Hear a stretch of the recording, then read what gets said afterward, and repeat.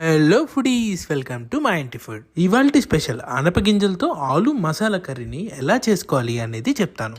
నేను కుక్కర్లో చేస్తున్న ఈ కర్రీ చాలా ఈజీ అండి, మీరు నేను చెప్పిన ప్రాసెస్లో ఫాలో అయితే.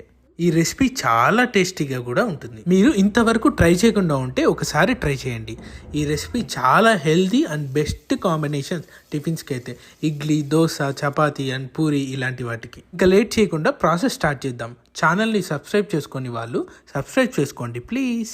Let's get started. ముందుగా స్టవ్ వెలిగించుకొని కుక్కర్ పెట్టుకొని 2 టేబుల్ స్పూన్స్ ఆయిల్ని వేసుకోవాలి. ఆయిల్ హీట్ అయ్యాక 1/2 టీ స్పూన్ జీరా, 1/2 టీ స్పూన్ ఆవాలు, 1/2 టీ స్పూన్ మినపప్పు వేసుకోవాలి.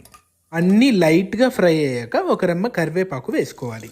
అలానే 2 పచ్చిమిర్చి ఇలా కట్ చేసుకొని వేసుకోవాలి. అలానే ఒక మీడియం సైజ్ ఆనియన్ని చిన్న పీసెస్లా కట్ చేసుకొని యాడ్ చేసుకోవాలి. ఈ ఆనియన్ కొంచెం లైట్గా ఫ్రై అవ్వాలి. ఒక 2 మినిట్స్ ఫ్రై చేస్తే సరిపోతుంది. మరి ఎక్కువగా ఆనియన్స్ ఫ్రై అవ్వకూడదు. ఇప్పుడు ఇందులోకి 1 టేబుల్ స్పూన్ జింజర్ గార్లిక్ పేస్ట్ని యాడ్ చేసుకోవాలి.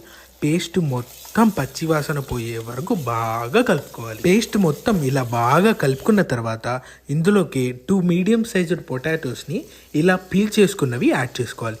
నేను ముందుగానే పీల్ చేసి వాష్ చేసి వాటర్లో పెట్టుకున్నాను. ఇప్పుడు కొంచెం బాగా కలుపుకొని 1 టీ స్పూన్ పసుపుని యాడ్ చేసుకోవాలి. మొత్తం బాగా కలుపుకొని ఇందులోకి ఇప్పుడు అనపగింజల్ని యాడ్ చేస్తున్నా.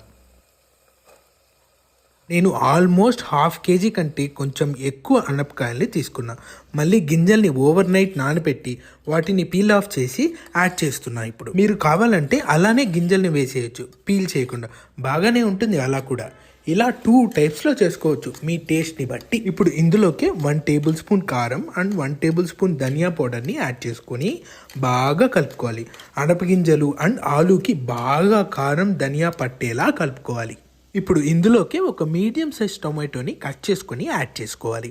కుక్కర్లో కాబట్టి లాస్ట్లో వేస్తున్నాం. టొమాటోని బాగా కలుపుకొని 1 టేబుల్ స్పూన్ సాల్ట్ని యాడ్ చేసుకోవాలి. బాగా కలుపుకున్న తర్వాత 1 టేబుల్ స్పూన్ కొత్తిమీరని యాడ్ చేసుకోవాలి. ఇప్పుడు మొత్తం అన్నీ బాగా కలిసేలా కలుపుకోవాలి. చూడండి, ఆల్మోస్ట్ అయిపోయింది. ఇప్పుడు ఇందులోకి కొంచెం వాటర్ని యాడ్ చేసుకొని లో ఫ్లేమ్లో హీట్ చేసుకోవాలి. కాసేపు ఆగి ముక్కలు మునిగేంత వాటర్ని యాడ్ చేసుకోవాలి. ఇక్కడ నేను వీడియోలో చూపిస్తున్నా కదా, ఇంత వాటర్ అయితే సరిపోతుంది. మరీ ఎక్కువ వాటర్ అయితే బాగోదు టేస్ట్. ఇప్పుడు కుక్కర్ మూత పెట్టి మీడియం ఫ్లేమ్లో ఒక విజిల్ వచ్చే వరకు వెయిట్ చేయాలి. అవునండి, ఒక్క విజిల్ సరిపోతుంది, ఈజీగా బాయిల్ అయిపోతుంది. కావాలంటే మీరు ట్రై చేసి చూడండి.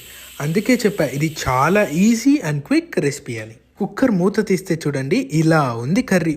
మొత్తం బాగా ఉడికిపోయింది. ఇప్పుడు బాగా కలుపుకొని సర్వ్ చేసుకోవడమే. ఇంకా కరెక్ట్ కన్సిస్టెన్సీలో ఉంది కర్రీ. చాలా బాగుంది. సాల్ట్ అండ్ కారం అన్నీ కరెక్ట్గా ఉన్నాయి.